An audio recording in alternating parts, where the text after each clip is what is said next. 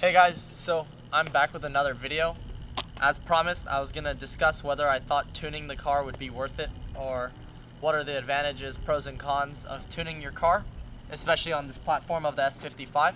When you're making more power on any car, whether it may be a Porsche GT3, an M3, Mustang 5.0, whatever, making more power in any engine puts more stress on any of the parts. That's part of the game. You have to pay to play. Everybody knows that. But there's a certain point where it gets to like, is it worth breaking certain parts or wearing certain parts out in order to gain XYZ amount of horsepower and torque?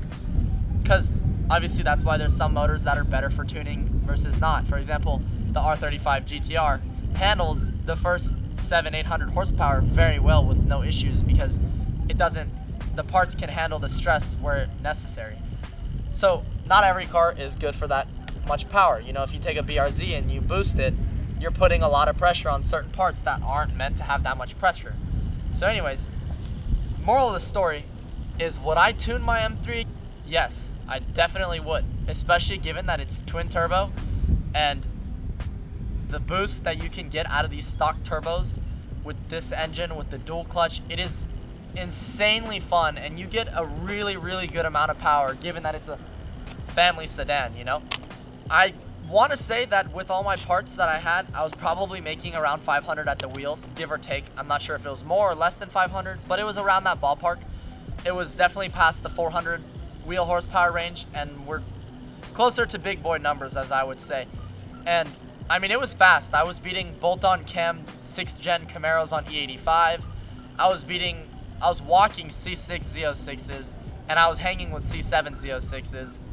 I mean, it was pretty fast. To give you a reference, if you follow me on Instagram at AryanM3, I'll keep you posted on any videos I have of racing or whatever. All in Mexico though, because that's illegal.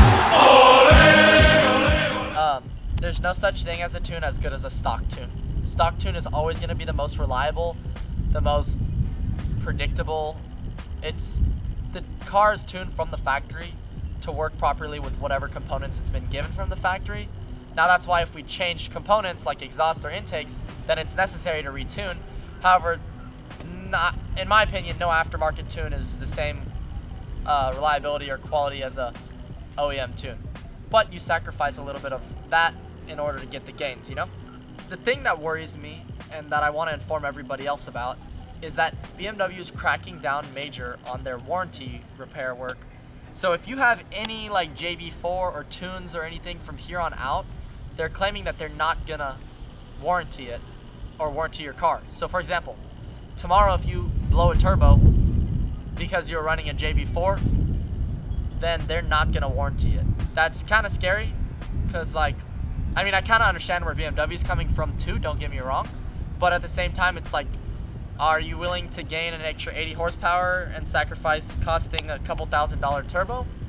I don't know. I mean, that's up to you to decide. If money's not an issue and you just want to go fast, then by all means just tune the car and make it fast, because you really can have a lot of fun with it. And it's a great car to tune. But if you're daily driving it and, you know, maybe it's a lease or you just don't want to have to worry about the headache of fixing this or that, then I would say stay more conservative on what you upgrade and make sure you buy all reputable brand parts. For example, SSR Performance, they've always been good for me. Boot mode is pretty good if you're going into the tuning side of things.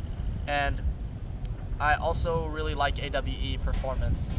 They have some really good parts when it comes to exhaust and intakes and whatnot. Tuning it is 100% worth it if you're either out of warranty or you're not worried about the warranty, or you have somebody who can help you out with warranty. Maybe you have a third-party warranty, something like that. I'm not sure. Everyone's situation's different.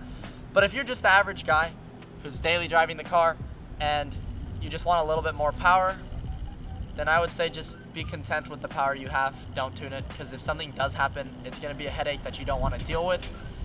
But, I mean, if money's not an issue or it's your second car or whatever the case may be, then just tune it, make it fast. At the end of the day, it's all personal preference. The only thing I would recommend is that if you do tune it, then go kind of in order of the steps of modding.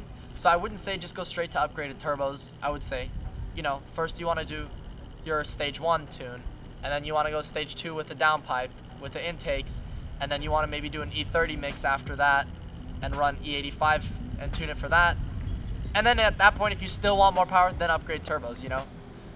To each their own, it's just a preference. But really, that's a lot of power when you get, I haven't ran E85 on this car, but I have friends who run E85, E30 mixes on the same S55 motor. Paired with this dual clutch, with a good tune and some good tires, it's really a fast car, like extremely fast. Pretty much any car that's not a supercar, you can hang up with on the streets. Like, you know, all your Corvettes, your normally modded GTRs, stuff like that, you can hang with all the fast cars. I mean, you might not be beating, you know, bolt-on GTRs or anything, I'm not claiming that, but like, you're definitely able to hang with them, and you can beat everything from your boosted 5.0s to Hellcats to all that. You won't have an issue beating any of those. I would say just go through the process of it. That's kind of what makes it fun, in my opinion, building onto the car. I mean, if you just buy the car right off the bat, before you get to enjoy the stock power and you just start making it really fast, number one, you might not know how to handle the car with that much power, because when the boost hits, it's pretty intense. It's a lot of power. Number two, you don't get to enjoy the process of modding your car and the steps that it takes.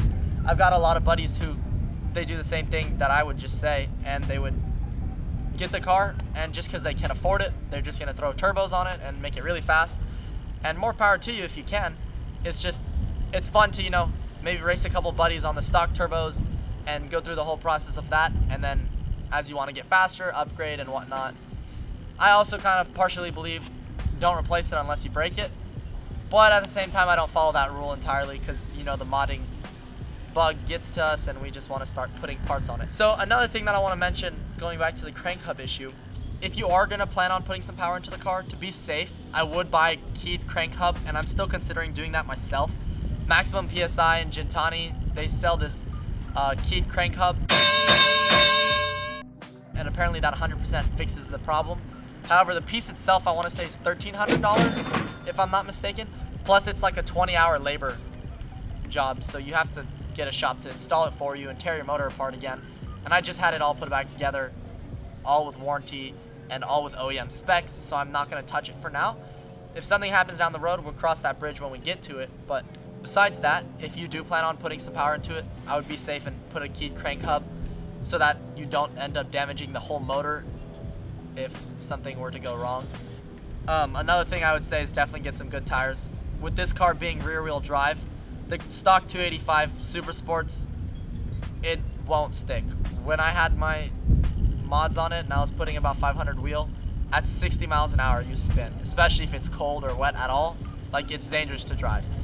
So that is one thing to be aware of when you start driving a fast car like that. That's rear-wheel drive especially. Besides that, I guess I can walk you guys through the engine bay. It's super dirty, so excuse that. I need to clean the whole car. Exterior is really dirty too if y'all pay attention, but stock intakes, you know, I don't have any charge pipes or anything. Everything's stock inside here. And then if I bring you to the back of the car, you can see